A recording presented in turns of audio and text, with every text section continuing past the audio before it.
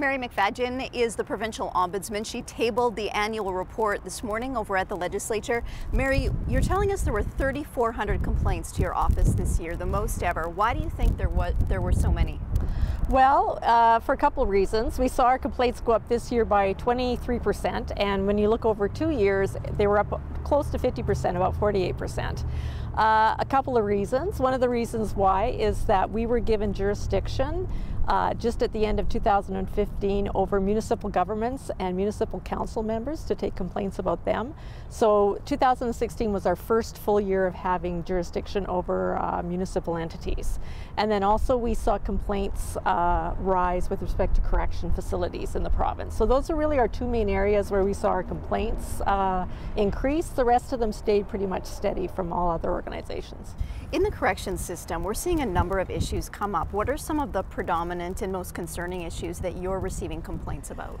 Well, in general, the types of issues we receive are about medical care, access to medical care, people complaining about their cell placement, disciplinary measures. Those are the types of issues. This year we also completed a big investigation into the physical living conditions at the Saskatchewan Correctional Centre. So that was one of our big projects this year. And what happens after these complaints are made with your office? Is there resolution? Are you seeing some solutions happening? Well, in general, as an ombudsman's office, we are neutral and impartial, and we're an office of last resort. So in cases where inmates are complaining to us about their individual treatment, one of the first things we always ask is, what have you done first? Because there are appeal processes and review processes set up in correctional centers. So we always make sure that they can go through those processes first and get a final answer on things, usually before we will get involved. Sometimes if it's something that's urgent in nature, we will get immediately involved. Or if it's something that we see affects more than one person, for instance, like the living conditions at Saskatchewan Correctional Centre, then we would do a full investigation.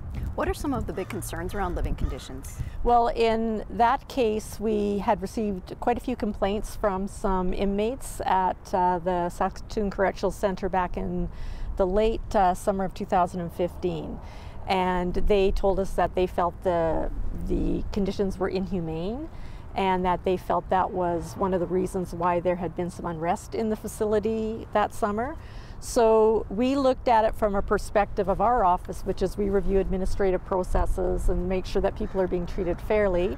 Under the Correctional Services Act in Saskatchewan, inmates are to be treated fairly. So we said, okay, what are the living conditions actually, and are those acceptable, and are they meeting standards? So when we went out over a period of time and looked at the living conditions, in our opinion, they were not being well maintained. They were not clean. We saw substances on the wall that we were told by correctional staff had been there for a long period of time and not cleaned up. It was not clean, it was not being maintained. So then we went, during our investigation, we get the facts and we say, okay, what are the standards that we expect?